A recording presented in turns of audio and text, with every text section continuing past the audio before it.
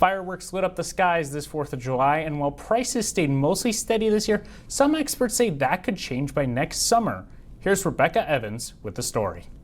This 4th of July, fireworks lit up the skies as usual, but for many shoppers, the real surprise was that prices hadn't exploded the way some expected.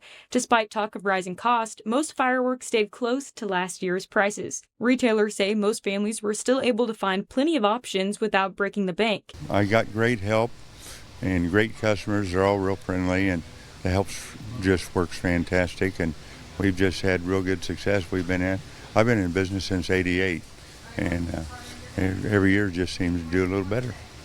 Have orders up to $5,000, $6,000. Yeah, just unbelievable what some people spend. While costs have stayed manageable for now, fireworks companies say next year could tell a different story. With ongoing trade tensions and tariffs on imports from China, prices could rise significantly, especially as the U.S. prepares for its 250th birthday celebration next year. No matter the price, the thrill of lighting fireworks is still strong. Fireworks remain a summertime staple, bringing families, friends, and communities together under the glow of the night sky.